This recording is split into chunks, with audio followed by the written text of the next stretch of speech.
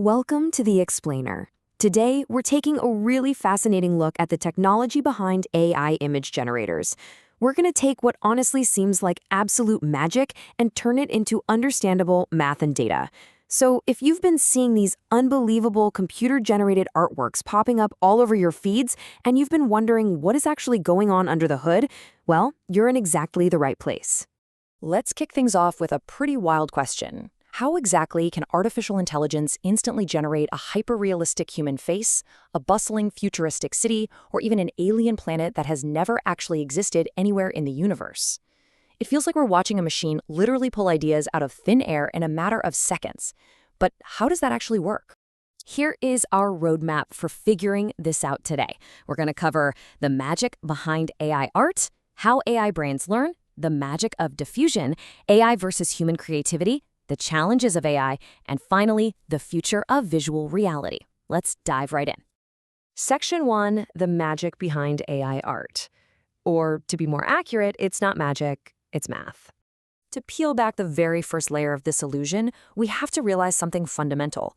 Generative AI doesn't have an imagination like you or I do. Not at all. It actually relies on machine learning and massive collections of data. Think about how a human learns to draw, right? They observe the world around them. Well, AI does something kind of similar, but on a totally unprecedented scale. During its training phase, the AI analyzes millions, sometimes literally billions of images, right alongside their text descriptions. It's learning the fundamental visual rules of our world. It learns how objects look, how colors and lighting interact, how humans, animals, and landscapes are physically structured. It even picks up on the nuances of different artistic styles. For example, if the AI model looks at thousands of pictures of cats, it begins to understand the common features, their eyes, their ears, their fur patterns, and their overall body shapes. Now, here is an absolutely crucial point, and it's a huge misconception. AI is not just a giant hard drive copying and pasting photos together like some digital collage. No way. It does not store or copy individual images. Instead, it is literally learning the underlying mathematical patterns that make a cat look like a cat. It's essentially translating our visual world into pure numbers. Moving on to Section 2, how AI brains learn. Let's take a look inside the neural network. So, a neural network is basically inspired by the human brain, containing billions of artificial neurons. When you type in a prompt, say, a futuristic city on Mars at sunset, the AI doesn't read that like a bedtime story. It breaks your text down into distinct mathematical instructions. The word Mars translates to data about red planets and space environments. City pulls up mathematical patterns for buildings, roads, and tech. And sunset, well, that triggers instructions for specific lighting, colors, and dramatic shadows. It finds the relationship between all these concepts to prep for the very next step. Which brings us to Section 3, the magic of diffusion, the digital sculptor at work. Okay, so once the AI mathematically understands your words, it uses a process called a diffusion model to actually build the picture. I want you to think of this process exactly like a sculptor starting with a massive, unformed block of stone. The AI doesn't just print the image top to bottom like a regular printer. It starts with a completely random pattern of pixels that literally looks exactly like the static on an old television set. Then, it painstakingly chips away at that noise. It slowly removes the static, shaping and shifting the pixels based on all that math it learned earlier.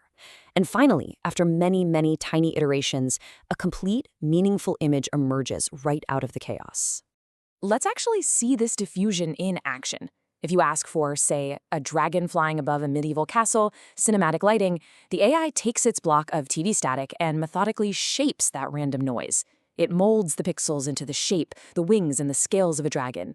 It forms the towers and heavy stone walls of a castle, and it applies the dramatic shadows and colors required for cinematic lighting. It is meticulously executing numerical instructions to literally carve a breathtaking image out of pure static. All right, Section 4, AI versus human creativity. Is it truly creating something new? This brings up a really fascinating philosophical question.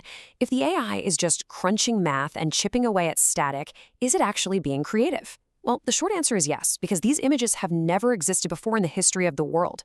But the nature of that creativity is entirely different.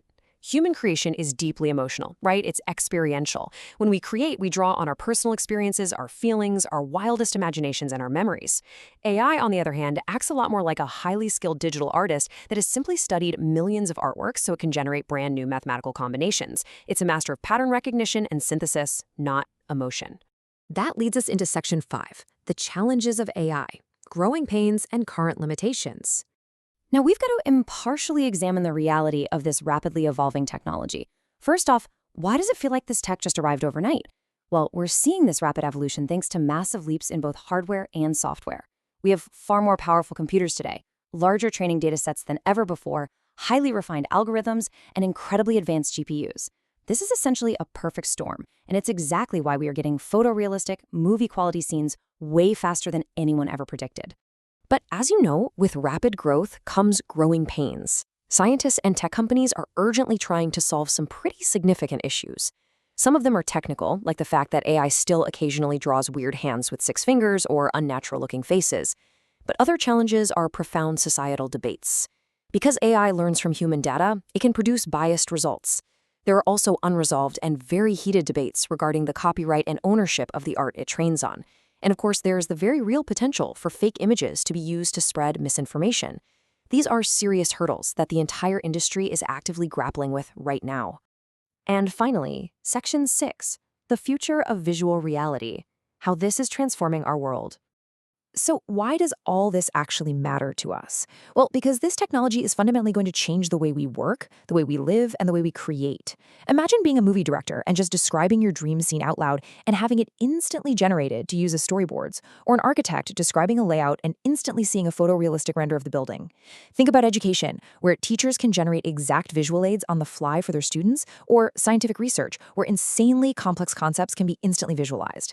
This is not science fiction anymore. It is the reality that is already beginning to transform these major fields as we speak. Ultimately, when we pull back the curtain on generative AI, we see that it isn't magic. It's the fascinating culmination of advanced math, massive data, and incredible computer science. But it leaves us with one incredible, undeniable takeaway.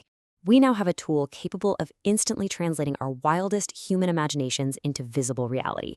The only question now is, what will you create with it? Thanks for joining me on this explainer, and as always, keep staying curious.